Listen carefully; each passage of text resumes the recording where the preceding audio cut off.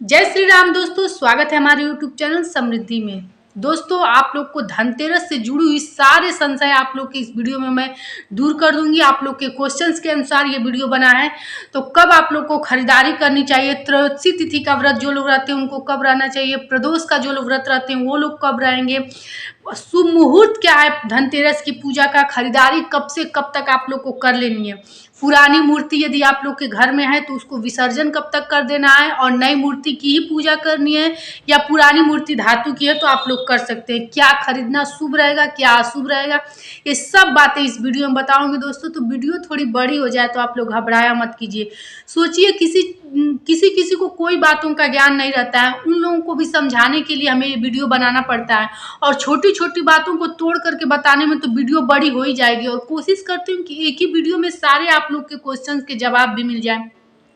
तो घबराया मत कीजिए और स्किप भी मत कीजिए। देखिए, वीडियो देखना कोई जरूरी नहीं है, बस सुनिए आप लोग और सुनने के हिसाब से आप लोग काम कीजिए, तो इसीलिए वीडियो बड़ी हो जाती है। दोस्तों, ध्यान से सुन लेंगे, सारे संशय आप लोग के मिट जाएंगे। और दोस्तों, समृद्धि आप लोग को शुद्ध सात्विक जानकारी देती है, इसलिए किसी भी तिथियों पर संशय मत कीजिए। जो भी मैं आप लोग को तिथि बताती हूँ पूरा अपने पंचांग के अनुसार देख करके तब आप लोग के यहाँ वीडियो पहुँचाती हूँ। तो दोस्तों, वीडियो अच्छी लगे तो एक लाइक कीजिए, चैनल को सब्सक्राइब कीजिए, ताकि समृद्धि की ऐसी ही वीडियो की नोटिफिकेशन आप लोग के पास समय से तीज त्योहारों के पहुंच जाए। दोस्तों, धनतेरस की तिथि जो है, एक गलती करने से आप लोग को पूरे साल पछताना पड़ेगा, आर्थिक स्थिति मतलब डामाडोल हो जाती है। तिथियों का हमारे शास्त्रों में, हमारे हिंदू धर्म में बहुत महत्व है, इसलिए शुभ मुहूर्त में पूजा करना, शुभ मुहूर्त में खरीदारी करना बहुत जरूरी है। पुरानी झाड़ू है तो आप लोग कब तक उसको घर से निकाल दें, सब इस वीडियो में जान लीजिए, क्या खरीदना शुभ रहेगा। छोटे लोग भी इस वीडियो को देखते हैं, तो इसलिए मैं उनके लिए बताऊंगी कि आप लोग क्या क्या ऐसी चीजें हैं जो जरूर खरीदें। वैसे हमारे वीडियो को नोटिफिकेशन पहले भी मैं डाल चुकी हूँ, चेकआउट भी करके देख सकते हैं। तो चलिए वीडियो को आगे बढ़ाते हैं। देखिए, इस दिवाली का जो त्योहार होता है वो 5 दिनों का होता है, और वो प्रारंभ हो जाता है धनतेरस के ही दिन से। तो 2023 में धनतेरस तिथि आप लोग को प्राप्त हो रही है 10 नवंबर 2023, यानी शुक्रवार के दिन आप लोग को मिलेगी। तो ऐसे में आप लोग यदि जो लोग प्रदोष का व्रत रहते हैं तो इसी दिन रहेंगे, और जो लोग त्रयोदशी तिथि का व्रत रहते हैं वो लोग 11 नवंबर को रहेंगे, क्योंकि 12:35 पर 10 नवंबर को ही शुक्रवार को यानी धनतेरस के दिन प्रारंभ हो जा रही है। तिथि को आप लोग नोट करते रहिएगा दोस्तों, क्योंकि तिथि भूल जाएंगे आप लोग, काफी तिथि बताएंगे ना, धनतेरस पूजा का भी, शुभ मुहूर्त सब खरीदारी का भी बताएंगे, तो नोट करते रहिएगा। तो 12:35 से आप लोग को ये तिथि प्राप्त होगी, और 1:57 पे समाप्त होगी अगले दिन, यानी 11 तारीख दिन शनिवार को। तो ऐसे में जो तिथि उदया तिथि को प्राप्त करती है उसी तिथि का व्रत रखा जाता है। तो ये 11 तारीख को आप लोग को त्रयोदशी तिथि का व्रत रहना है, और प्रदोष का यदि व्रत रहते हैं तो आप लोग को 10 तारीख को रहना है। ऐसे में आप लोग को खरीदारी का भी शुभ मुहूर्त बता देती हूँ, उससे पहले आप लोग जान लीजिए क्या क्या खरीदना शुभ रहेगा, और मूर्तियों को आप लोग विसर्जित कब करेंगे। देखिए, यदि आप लोग पुरानी मूर्ति रखे हैं, सबसे पहले तो जान लीजिए कि पुरानी मूर्ति घर में रखा नहीं जाता है। अंगूठे से बड़ी यदि मूर्ति आप लोग घर में रखते हैं तो ये समझ लीजिए कि दोनों टाइम पूजा पाठ भोग प्रसाद लगाना जरूरी है। चाहे आप कहीं विदेश भी जा रहे हैं घूमने तो भोग लगाना जरूरी है, किसी को उनको समर्पित करके जाए कि वो उनकी उतने दिन सेवा करेंगे। तो इसलिए ये गलती यदि आप लोग कर दिया है अब तक, तो माफी मांगकर विसर्जित कर दीजिए। और यदि अंगूठे भर की मूर्ति है तो कोई बात नहीं। जैसे क्या होता है दोस्तों ना, कि हमारा जो दिनचर्या होता है, मान लीजिए कभी कोई चला गया, मार्केट चला गया, या कभी 2 दिन के लिए रिश्तेदारी में चला गया, कहीं घूमने चला गया, तो सोचिए उस मंदिर का क्या होगा। तो जब कोई चीज प्राण प्रतिष्ठित कर दी जाती है, या अंगूठे से बड़ी मूर्ति अपने घर में रखेंगे तो वो प्राण प्रतिष्ठित मानी जाती है। इसलिए आप लोग यदि रखे होंगे तो ये बात जान लीजिए कि दोनों टाइम पूजा भोग लगाना जरूरी होता है, नहीं तो बहुत भारी दोष लगता है। तो और यदि पुरानी मूर्ति है तो आप लोग धनतेरस के पहले यानी दिन बृहस्पतिवार को ही विसर्जित कर दीजिएगा, क्योंकि धनतेरस के दिन से ना कोई साफ सफाई की जाती है और ना कोई चीज घर से फेंका जाता है, क्योंकि उस दिन से लक्ष्मी को बुलाने का सारे पूजा किए जाते हैं।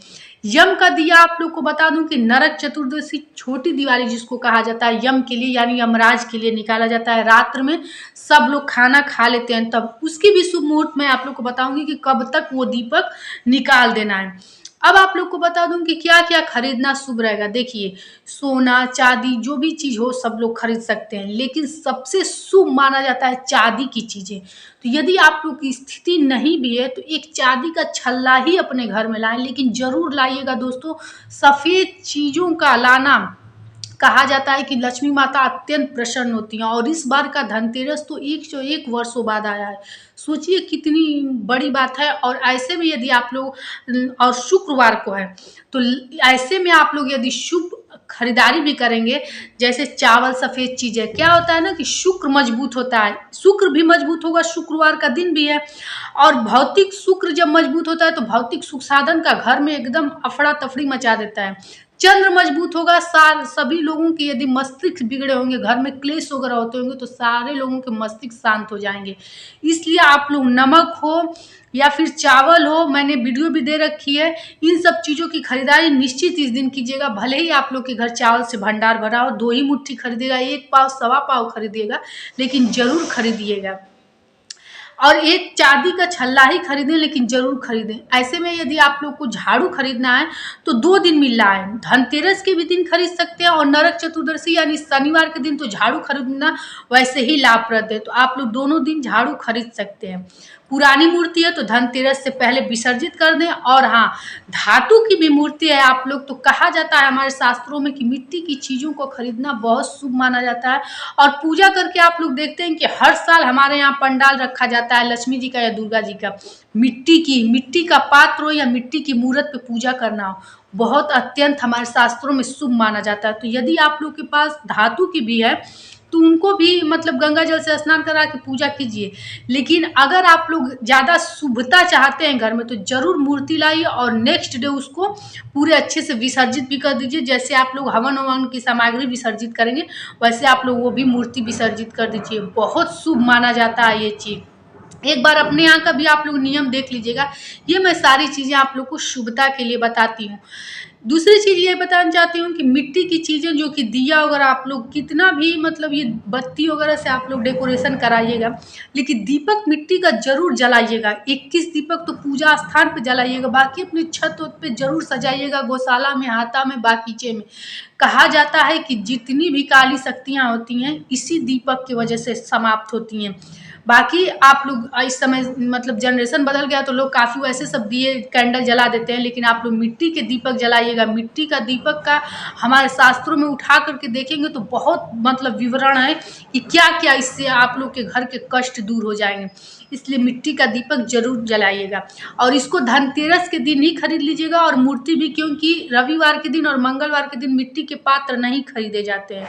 और दिवाली की जितने भी दीपक जलाए जाते हैं वो लंबी बाती और सूती कपड़े का यूज कीजिएगा। रुई का भी मतलब सूती कपड़ा ना मिल जाए तो आप लोग सफ़ेद खरीद करके और धुल करके उसका बाती बनाइएगा, क्योंकि यही हमारे शास्त्र, यही हमारे बुजुर्ग कहते हैं कि इसी प्रकार का दीपक दिवाली के दिन प्रज्वलित करना चाहिए। न कि रुई का, न कि फूलबत्ती जो गोल वाली रहती है वो भी यूज नहीं करना चाहिए। एक बार आप लोग देखिएगा कि पहले के लोग क्या करते थे। अब चलिए आप लोग को बता दूं कि शुभ मुहूर्त खरीदारी का आप लोग को कब मिल रहा है। देखिए, 10 तारीख को 2:35 से आप लोग को खरीदारी करने का शुभ मुहूर्त मिल रहा है। और ये हो रहा है 11 तारीख को सुबह 6:40 तक ये खरीदारी आप लोग कर सकते हैं। इसके बाद से थोड़ा समय और आप लोग को 6:40 से भी एक तिथि प्रारंभ हो रही है 11 नवंबर को, और वो आप लोग को 1:57 शाम तक मतलब दोपहर तक आप लोग खरीदारी कर सकते हैं। तो ऐसे में यदि आप लोग धनतेरस के दिन खरीदारी नहीं कर पाते हैं तो 1:57 तक वो तिथि प्रारंभ रहेगी। आप लोग शनिवार को भी कर सकते हैं, लेकिन शनिवार को बहुत ऐसी चीज़ों की खरीदारी नहीं की जाती है, जैसे कि आप लोग नहीं कर सकते हैं, तेल वगैरह की नहीं कर सकते हैं, बाती नहीं कर सकते, जलने वाली चीज़ों की खरीदारी शनिवार को नहीं करना चाहिए। कहा जाता है कि लक्ष्मी घर से भागती हैं, दरिद्रता आती हैं। तो ऐसे में आप लोग पूरी कोशिश कीजिएगा कि धनतेरस को ही खरीदारी कर लें। दोस्तों, वीडियो अच्छी लगती हो तो आप लोग एक लाइक जरूर कर दीजिएगा, क्योंकि आपके लाइक से हमें बहुत प्रेरणा, हमें बल मिलता है। आप लोग वीडियो स्किप कर देते हैं तो आप लोग को बात भी समझ में नहीं आती और फिर से क्वेश्चन करते हैं तो हमें नई वीडियो बनानी पड़ती है। तो थोड़ा सा समय दे करके वीडियो देखा कीजिए। और समृद्धि शुद्ध सात्विक जानकारी देती है, इसके लिए वीडियो को लाइक भी कर दिया कीजिए और चैनल को सब्सक्राइब, ताकि हमारे हर वीडियो के नोटिफिकेशन आपके पास पहुंचते रहें। अब चलिए आप लोग को ये बता देती हूँ कि कब तक आप लोगों को पूजा धनतेरस का कर लेना है। देखिए, यदि प्रदोष काल में आप लोग पूजा करना चाहते हैं, जो कि शंकर जी की भी पूजा होती है प्रदोष काल में, तो 5:33 से 8:30 से 8:08 तक आप लोग पूजा कर सकते हैं। और यदि प्रदोष काल में नहीं करना चाहते हैं तो 5:47 से 7:43 तक भी एक शुभ योग है, उसमें आप लोग पूजा कर सकते हैं। आप लोग फिर से सुन लें एक बार कि कब तक आप लोग करना है।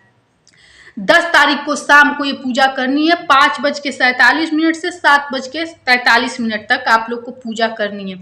तो ऐसे में आप लोग शुभ घड़ी में पूजा करना और शुभ घड़ी में खरीदारी करने का आप लोग को महत्व मैं बता ही चुकी हूँ कि किस प्रकार से तिथियों का महत्व है। इसलिए शुभ चीज़ों का भी आप लोग यूज कीजिएगा और शुभ दिनों का, और कोई गलती ऐसी मत कीजिएगा जिससे आप लोग को पूरे साल पछताना पड़े। महिलाओं को बता दूंगी कि क्या उनको एक सावधानी जरूर रखनी है, जैसे कि आप लोग बाल उल धुल करके साफ सुथरा हो जाना है, क्योंकि शनिवार तो है, त्रयोदशी तिथि भी है। प्रदोष के दिन बाल धुलना नहीं है, और दिवाली जो कि कहा जाता है कि हमारा त्योहार के दिन महिलाओं को बाल नहीं धुलना चाहिए। ऐसे में आप लोग 3 दिन पूरा बद जाएंगी और सोमवार को हो जाएगा सोमवती अमावस्या। अमावस्या का भी मैं आप लोग को वीडियो दूंगी। 4 दिनों तक आप लोग को बाल नहीं धुलना है, तो आप लोग अपने यहाँ का व्यवस्था देख लीजिएगा, पहले ही बाल धुल करके और रेडी रहिएगा, शुद्ध शाकाहारी भोजन कीजिएगा।